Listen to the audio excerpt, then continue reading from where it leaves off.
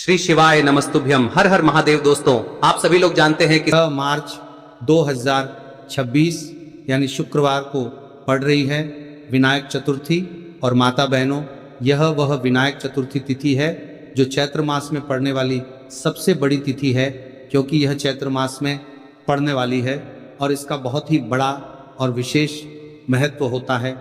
अगर कभी भी मौका लग जाए और चैत्र मास की विनायक चतुर्थी शुक्रवार को पड़ जाए तो आप लोगों को 3 तुलसी पत्ते वाला उपाय तो अवश्य ही करना चाहिए। इन दोनों का संयोग बहुत ही कम आता है।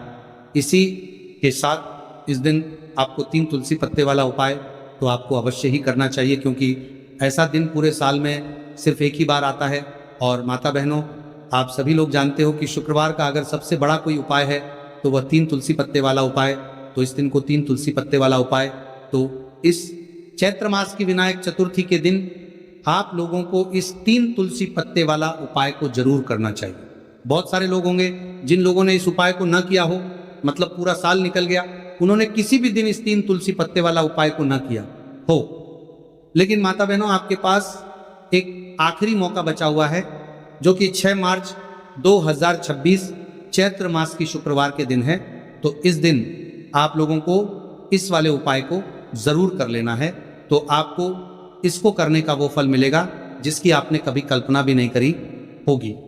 इसीलिए आप लोग इस वाले उपाय को एक बार जरूर कर लेना है, ताकि आप लोगों के हाथ से ये मौका ना जा सके और आपको इस उपाय को करने का फल मिल सके। माता बहनों, इस उपाय को आज हम आपको बहुत अच्छे से समझाने वाले हैं। इस वीडियो को देखने के बाद इस उपाय को समझने के लिए आपको कोई और वीडियो को देखने की ज़रूरत नहीं पड़ेगी। तो चलिए उपाय को शुरू करते हैं। देखिए, ये इस चैत्र मास के विनायक चतुर्थी के दिन ये इतना खास होता है, इतना महत्वपूर्ण होता है। देखा गया है कभी कभी बड़े बड़े पूजा पाठ अनुष्ठान से जो मनोकामना पूर्ण नहीं होते, वो चैत्र मास की विनायक चतुर्थी के दिन एक छोटे से उपाय करने से ही आपकी मनोकामना पूर्ण हो जाती है। और बहुत सारे लोगों ने इस उपाय को किया भी है और उनको इस उपाय को करने का फल भी ज़रूर मिला है। अगर आप लोग भी इस उपाय को करना चाहते हैं तो आप इस उपाय को पहले अच्छे से समझ लेना, सुन लेना, उसके बाद करना। आपको इस उपाय का फल ज़रूर मिलेगा। और इस उपाय को कर लेने से आपके घर में चाहे किसी भी प्रकार की दुख और समस्या क्यों ना चल रही हो, आपको उसका कारण भी नहीं पता है कि भाई ये समस्या किस कारण से चल रही है, उसका कुछ भी कारण हो सकता है। जैसे पितृदोष हो सकता है या किसी भी तरह का मंगल दोष भी हो सकता है। तो इस दिन आप लोगों को ये वाला उपाय कर लेना है। ये एक ऐसा उपाय है जिस उपाय को अगर किसी विशेष दिन पर किया जाए तो भाई उस विशेष दिन का जो है वो तो हमें मिलता ही मिलता है। पर हमने उस दिन पर इस उपाय को किया है तो हमें उससे भी बड़ा फल मिलता है, और फल बहुत जल्दी मिलता है, क्योंकि आप इस उपाय को बहुत ही बड़े और विशेष दिन पर कर रहे हो। तो चलिए अब उपाय के बारे में बात करते हैं। लेकिन उससे पहले आप लोगों को ये जानना आवश्यक है कि आखिर यह उपाय यह करना है, किसको करना है और कैसे करना है। तो चलिए हम आगे आपको वीडियो में एक एक करके बता देते हैं। लेकिन उससे पहले अगर आप लोग हमारे चैनल पर पहली बार आए हैं या फिर मेरी आवाज़ आज पहली बार सुन रहे हैं तो हमारे चैनल को सब्सक्राइब ज़रूर कर लेना और वीडियो को लाइक करके कमेंट बॉक्स में श्री शिवाय नमस्तुभय ओम नमः शिवाय जरूर टाइप कर देना।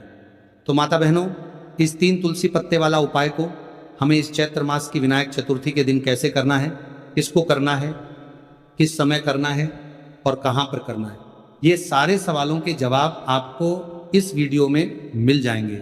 और जो ये वीडियो देखेगा भाई, उसको 3 तुलसी पत्ते वाला उपाय जरूर करना चाहिए, क्योंकि इस दिन एक तुलसी पत्ते का भी बहुत ही बड़ा और विशेष महत्व होता है। पर बात आ जाए 3 तुलसी पत्ते वाला उपाय की, तो ये सोने पर सुहागा वाली बात हो जाती है और ये बहुत ही बड़ा उपाय हो जाता है इस चैत्र मास की शुक्रवार विनायक चतुर्थी का। तो अब दोस्तों, इस 3 तुलसी पत्ते वाला उपाय को आखिर करना किसको है, सबसे पहले हम लोग वो बात जान लेते हैं। तो देखो, घर की जो बड़ी माताएं बहनें होती हैं, उन माताओं बहनों में से कोई भी एक बड़ी माता बहन इस वाले उपाय को कर सकती है। और माता बहनों, अगर आप चाहे तो अपने घर में से सभी सदस्यों को भी इस उपाय को करवा सकती हैं। अगर किसी व्यक्ति की खुद की कोई मनोकामना है, खुद की कोई दुख और परेशानी है जो कि वह अपने लिए ही करना चाहता है, इस वाले उपाय को तो वह खुद अपने लिए भी कर सकता है। बाकी अगर कोई घर में से ऐसा है जो कि अपने पूरे घर परिवार की सुख और शांति के लिए ये वाला उपाय करना चाहता है, तो भाई वो भी कर सकता है, उसमें भी कोई दिक्कत वाली बात नहीं है। कहने का मतलब यह है कि इस उपाय को हर एक सदस्य भी कर सकता है और पूरे घर परिवार के सदस्य के लिए घर की बड़ी माताओं बहनों में से कोई एक बड़ी माता बहन भी कर सकती है। माताएं बहनें अगर घर में उपस्थित ना हो या वो यह उपाय ना कर पा रही हो, तो फिर घर का कोई बड़ा सदस्य भी इस 3 तुलसी पत्ते वाला उपाय को कर सकता है, चाहे फिर वो पुरुष ही क्यों ना हो, उसमें कोई भी दिक्कत वाली बात नहीं है। उसके बाद में जो अगला प्रश्न निकल कर आता है वो ये आता है इस उपाय को लेकर के, आखिर इस उपाय को हमें किस समय करना है, सुबह के समय करना है कि शाम के समय करना है। तो देखो, इस वाले उपाय को आप लोग सुबह के समय भी कर सकते हो और शाम के समय प्रदोष काल में भी कर सकते हो, उसमें कोई भी दिक्कत वाली बात नहीं है। तो देखिए माता बहनों, सबसे पहला उपाय आपको क्या करना है। देखिए, चैत्र मास के दिनों में विशेषकर भगवान शिव और माता पार्वती और विष्णु भगवान का पूजन किया जाता है। अब साथ ही साथ विनायक चतुर्थी तिथि का दिन भी पड़ गया है, तो ऐसा समझ लीजिए आपके जीवन में धन भी आएगा, सुख भी आएगा, धन बढ़ेगा भी, और साथ ही साथ आपके जीवन के सारे संकटों को भगवान शिव जी दूर कर देंगे। तो चलिए सबसे पहले बात कर लेते हैं सबसे पहले उपाय की, जो कि शुक्रवार वाले दिन आपको विशेष करना है। और इस उपाय को करने से आपकी कोई भी ऐसी इच्छा, कोई भी विश जो अभी तक अधूरी है, पूरी नहीं हो रही है, तो आपकी बड़ी से बड़ी विश और मनोकामना भी पूरी हो जाती है। जब आप विनायक चतुर्थी तिथि वाले दिन इस पहले उपाय को कर लेते हैं, तो देखिए आप सभी जानते हैं कि श्री हरि विष्णु जो है, उन्हें तुलसी दल सबसे प्रिय है। बिना तुलसी माता के श्री हरि विष्णु अधूरे हैं और बिना तुलसी पत्तों के श्री हरि विष्णु का भोग अधूरा है। अब श्री हरि विष्णु को प्रसन्न करके आप अपनी किसी भी मनोकामना को पूरा कर सकते हैं, क्योंकि श्री हरि विष्णु प्रसन्न हो गए तो आपकी कोई भी विष्णु का पता ना हो जाए और इच्छा मनोकामना अधूरी नहीं रहे। देखिए, हम सभी के घरों में माता तुलसी का पौधा अवश्य ही होता है। तो देखिए, हमें तुलसी जी के पौधे से सबसे पहले तो 3 पत्ते तोड़ने हैं। देखो, विनायक चतुर्थी वाले दिन आपको तुलसी के पत्ते नहीं तोड़ने, तो देखिए तुलसी जी के आपको 3 पत्ते तोड़ लेने हैं, और इन तुलसी जी के पत्तों को तोड़ने के बाद आपको 1 चुटकी हल्दी भी अपने साथ में लेनी है। हल्दी के अंदर आपको जल मिला करके पेस्ट के रूप में तैयार करना है, और इसी के साथ में आपको एक दीपक भी लेना होगा। दीपक आप मिट्टी का भी ले सकते हैं, आटे का भी ले सकते हैं, और इस दीपक में आपको शुद्ध घी डाल के इसमें आपको लंबी रुई की बाती का प्रयोग करना है।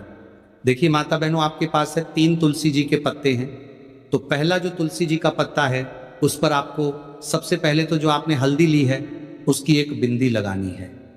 और पहला जो तुलसी जी का पत्ता है, आपके घर में भगवान विष्णु का चाहे कोई सा भी स्वरूप हो, चाहे लड्डू गोपाल जी का स्वरूप हो, या फिर भगवान कृष्ण की आपके मंदिर में प्रतिमा हो, या फिर भगवान श्री राम की प्रतिमाएं उनके सामने, आपको पहला तुलसी जी का पत्ता अर्पित करना है। अब देखिए माता बहनों, आपके पास जो 2 तुलसी जी के पत्ते हैं और आपके पास जो एक दीपक है, इन्हें आपको लेकर के पहुंचना है अपने ही घर में तुलसी जी के पौधे के पास में। देखिए सबसे पहले तो आपके पास जो 2 तुलसी जी के पत्ते हैं, जी के पत्ते हैं, उन पर भी आपको हल्दी की एक बिंदी लगानी है, और उन दोनों ही तुलसी जी के पत्तों को आपको अपने घर में तुलसी जी के पौधे के वहाँ पर ही अर्पित कर देने, और इस प्रकार से ये दोनों पत्ते भी तुलसी जी के पौधे के पास समर्पित कर देने हैं।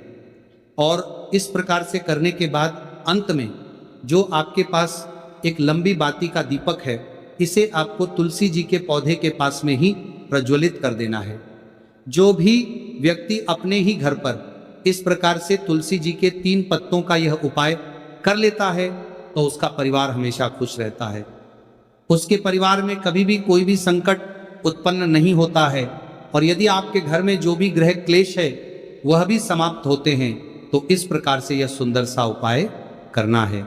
अब बात करते हैं अगले उपाय की। देखो, यदि आपके जीवन में आर्थिक संकट बहुत अधिक हो रहे हैं, धन की समस्या लगातार जीवन में बनी हुई है, 1 रुपयों को प्राप्त करने के लिए आपको बहुत अधिक मेहनत कर रहे हैं, तो आज रात्रि में सोने से पहले आपको कोई एक चमत्कारी दीपक का उपाय अवश्य करना। या फिर यदि आपका जो व्यापार है, बिजनेस है, दुकान है, वह अच्छे से नहीं चल पा रही है, तो आज रात्रि में इस करने के साथ में क्या और कुछ भी सामग्री ऐसी होती है जो शिव जी के मंदिर लेकर जानी पड़ रहती है। तो देखो यहां पर हम आपको बता दें, सबसे पहले आप लोग ये जान लो कि ये जो 3 चावल के दाने वाला उपाय है, सिर्फ और सिर्फ आप उपाय की सामग्री लेकर कभी भी शिव जी के मंदिर मत जाना, क्योंकि हमें भगवान के सामने यह नहीं दर्शा है कि अगर हम भगवान शिव जी के मंदिर आए हैं तो अपने फायदे के लिए आए।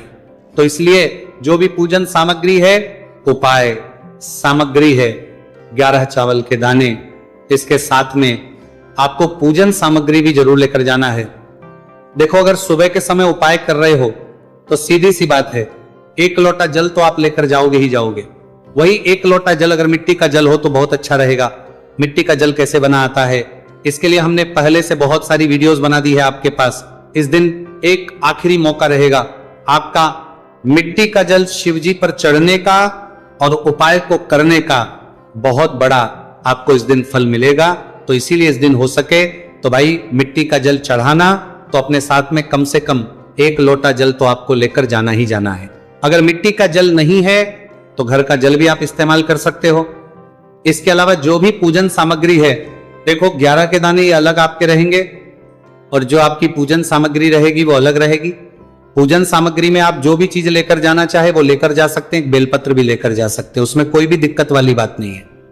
वहीं अगर हम बात करें शाम के समय की, तो शाम के समय शिवजी पर जल नहीं चढ़ता है, इसीलिए शाम के समय आप लोग एक दीपक तैयार कर लें जो कि गोल तीखा आटे का, शुद्ध देसी गाय का घी का होगा, है ना। इस बात का आप लोगों को ध्यान करना है। और इस दीपक को आपको घर से जलाकर नहीं लेकर जाना है, भगवान शिव जी के मंदिर में जाकर ही जलाना है। इस बात का भी आप लोगों को ध्यान रखना है। अब दोस्तों, यहां पर हमें इस बात को समझना है कि ये 11 चावल के दाने हमें लेना कहां से है। क्या हमें दुकान से लेकर आना है या हमें अपने घर से लेना है, या कहां से लेकर आना है, और कौन से चावल लेना है, क्योंकि चावल भी बहुत प्रकार के होते हैं। तो देखो, इन सभी सवालों के जवाब आप लोग एक बात में सुन लो कि भाई जो उपाय है, इस उपाय में आपको यह नहीं देखना है कि भाई कौन से चावल है, कौन से चावल नहीं है। बस जो भी चावल ले रहे हो वो चावल का दाना सबूत होना चाहिए, मतलब साबुत होना चाहिए, टूटा हुआ नहीं होना चाहिए, कटा पीटा नहीं होना चाहिए। यह बात आपको ध्यान रखना है। बाकी आपका चावल बासमती हो या सादा चावल हो या कोई सा भी चावल हो, उसमें कोई भी दिक्कत वाली बात नहीं है। तो सीधी सी बात है कि आपके घर के रसोई घर में जहां पर आप बनाते हो, वहां पर जो भी चावल आपके उपस्थित हो, उन चावलों में से अपनी 1 कटोरी भर लेना या 1 मुट्ठी चावल अलग से निकाल कर रख लेना, क्योंकि हम 11 चावल ही यहां पर इस उपाय में लेने वाले हैं। तो हमें ये चावल के दाने गिनकर निकालने पड़ेंगे, इस बात का आप लोगों को ध्यान रखना है। तो अपने उस चावल की कटोरी में से या चावल में से 11 ऐसे चावल के दाने आप लोग निकाल लो जो कि टूटे हुए ना हो, कटे पीटे ना हो, कोई दाग ना लगा हुआ हो, है ना। अच्छे साबुत चावल के दाने 31 दाने आप लोग निकाल कर रख लो और इन्हें किसी भी एक कागज की पड़िया में या किसी एक छोटी सी कटोरी में आप लोग रख लो, ताकि यह सुरक्षित रहे, आपके एक भी चावल का दाना इधर उधर ना हो और आपका उपाय भी पूरा अच्छे से हो जाए। तो भाई जैसे ही आपका उपाय की जो सामग्री है 11 चावल के दाने ये तैयार हो जाते हैं, उसके बाद में आपको जो भी अपनी पूजन सामग्री है सुबह समय कर रहे हो, तो 1 लोटा जल और 1 बेलपत्र या पूजन सामग्री जो लेकर जाना चाहो उसकी भी तैयारी कर लेना। और शाम के समय जा रहे हो तो भाई अपना जो दीपक है उसे तैयार कर लेना, ठीक है। और उपाय को करते समय शुद्धता का विशेष रूप से ध्यान रखना, ठीक है। सुबह सुबह स्नान करने के बाद ही उपाय को करने की आप लोग तैयारी करना। उसके बाद अगर शाम के समय की बात करें तो शाम के समय आपको स्नान करने की जरूरत नहीं है, पर शुद्धता ध्यान रखना है, आपको स्नान तो नहीं करेंगे। आप हाथ मुंह धोकर भी इस वाले उपाय को शाम के समय प्रदोष काल में कर सकते हैं, इसमें कोई दिक्कत वाली बात नहीं है। तो आप अपने उपाय की पूरी सामग्री तैयार करके आपके पास ही में जो आपका शिव मंदिर हो वहां पर पहुंच जाइए। सबसे पहले शिव मंदिर में जाकर आप लोगों को उपाय नहीं करना है, पहले भगवान के दर्शन करना है, भगवान से आशीर्वाद प्राप्त करना है, फिर शिव जी की शिवलिंग के पास में आना है। शिवलिंग के पास में आने के बाद जो पूजन सामग्री लेकर आए हुए हैं, जैसे कि सुबह गए हुए होंगे तो एक लोटा जल और जो भी पूजन सामग्री लेकर आए हैं आप उनसे भगवान शिव जी की पूजन कीजिए। सबसे पहले तो एक लोटा जल ही चढ़ेगा, फिर आपको एक बेलपत्र श्री शिवाय नमस्तुभयम का जाप करते हुए शिवलिंग पर चढ़ा देना है। उसके बाद में आपकी पूजन सामग्री चढ़ेगी। उसके बाद में अगर दोस्तों शाम के समय अगर आप इस उपाय को कर रहे हो तो अपने साथ कम से कम एक जो दीपक है गोल बाती का जो आप अपने साथ में लेकर गए हो, उस दीपक को मंदिर में जाकर अपनी माचिस से जलाना है और उस दीपक को शिवलिंग के पास में रखना है। ठीक है, इस दीपक को रखने के बाद ही आप लोगों को अपना ये वाला उपाय शुरू करना है और दीपक को ज्यादा पास में मत रखना, वैसे भी गर्मी पड़ रही है। भगवान शिव जी को आंच नहीं लगनी चाहिए, है ना। तो भाई जैसे ही आपकी पूजा अर्चना हो जाती है आप भगवान शिव जी को प्रसन्न कर लेते हैं। उसके बाद शिवलिंग के पास ही में आप कहीं पर बैठ जाइए, सामने या आसपास जिस जगह पर आपको बैठना हो वहां पर बैठ जाइए और अपने वह 11 चावल के दाने अपने सामने निकाल कर रख लीजिए, क्योंकि अब यहां पर उपाय को यहां पर करने की आपको तैयारी करना है। और इस तरीके से जब आप उपाय करेंगे, पूजन सामग्री करने के बाद, पूजन अर्चना करने के बाद, तो आपको उपाय का फल बहुत जल्दी और बहुत होकर मिलेगा। तो अपने चावल के अपने सामने निकाल कर रख लेना। और ये जो उपाय है ये आपकी सीधे हाथ की हथेली से होगा, इसलिए इस बात का भी विशेष रूप से ध्यान रखना है। तो सीधे हाथ की हथेली का प्रयोग करके ही आप लोग अपना इस वाले उपाय को करना। अपने सामने जो भी आपके कागज की पुड़िया है उसको खोलकर रख लो, या कटोरी है तो भाई उसे अपने सामने रख लो और अपने वो 11 चावल के दाने निकाल लो। ठीक है, उसके बाद में दोस्तों अब आपको क्या करना है कि शिवलिंग आपके सामने होगी तो आपने वो 11 चावल के दाने एक एक करके जहां पर आपने बेलपत्र चढ़ाए हैं आपको शिव जी के शिवलिंग के ऊपर चढ़ाना है। कहां पर चढ़ाना है? शिवलिंग के ऊपर चढ़ाना है और कहीं पर भी नहीं चढ़ाना है आपको अपने हथेली से। तो शिवलिंग के ऊपर चढ़ाना है, भले ही फिर वो अपने आप जलाधारी पर गिर जाए, ये मतलब वहीं पर गिर जाए, उसमें कोई दिक्कत वाली बात नहीं है। पर आप चढ़ाओ शिवलिंग के ऊपर तो आपको क्या करना है, अपना पहला चावल का दाना उठाना है, श्री शिवाय नमस्तुभयम बोलना है और शिवलिंग पर चढ़ देना है। इसी तरीके दूसरा चावल का दाना उठाए, शिवलिंग पर चढ़ना है और मंत्र बोल देना है। और फिर तीसरा चावल का दाना उठाना है, श्री शिवाय नमस्तुभयम बोलना है और चढ़ देना है। इसी प्रकार से आपको पूरे 11 चावल के दाने एक एक करके शिव जी के शिवलिंग के ऊपर चढ़ाना है और भगवान से प्रार्थना करते जाना है। मतलब प्रार्थना तो आपको आखिरी में करना है, पर हर एक चावल के दाने को चढ़ाते समय श्री शिवाय नमस्तुभयम जरूर बोलना है। उसके ही में यह चावल का दाना शिवलिंग के ऊपर आपको चढ़ाना है। जैसे ही आपके 11 चावल के दाने शिवलिंग के ऊपर चढ़ते हैं तो भाई उसके बाद में आपको क्या करना है, भगवान से अपनी मनोकामना बोलना है। मनोकामना भी कब बोलना है? जब आपका 11 चावल का दाना आपके सीधे हाथ की हथेली में हो और आप उसे चढ़ाने के लिए जा रहे हो, श्री शिवाय नमस्तुभयम बोलकर उस आखिरी चावल के दाने को शिवलिंग के ऊपर चढ़ा देना। भगवान से फिर अपनी वो मनोकामना बोल देना जिस मनोकामना के लिए आप लोग अपना ये वाला उपाय कर रहे हो, जिस भी दुहक और परेशानी के लिए आप लोग अपना ये वाला उपाय कर रहे हो। उसके बाद में जैसे ही आप अपनी मनोकामना बोल देते हो आपका ये वाला उपाय पूरा हो जाता है। पर दोस्तों उपाय को करने के बाद आप लोगों को 2 मिनट भगवान शिव जी के मंत्र का जाप जरूर करना है। और मंत्र का जाप करने के बाद भगवान से एक और बार करना है अपनी मनोकामना के लिए या अपनी जो भी दुख और परेशानी है उसके लिए। इसके बाद में आप लोग भगवान को देखकर, भगवान से प्रार्थना करके, उनसे आशीर्वाद लेकर वहां से उठ सकते हैं और अपने घर पर जा सकते हैं। बस दोस्तों यहाँ पर ये वाला उपाय पूरा हो जाता है। इस तरीके से जो भी व्यक्ति छोटी छोटी चीज का ध्यान रखते हुए इस 11 चावल के दाने वाले उपाय को करेगा, निश्चित सी बात है उसे उसकी मनोकामना पूरी होगी और जो भी दुख और परेशानी है वो भी बहुत ही जल्दी दूर होंगे। तो दोस्तों ये थे पूज्य गुरु जी द्वारा बताए गए कुछ बहुत ही खास उपाय। अगर आपको जानकारी अच्छी लगी हो तो वीडियो लाइक करिएगा। मिलते हैं फिर एक नए वीडियो के साथ। श्री शिवाय नमस्तुभयम।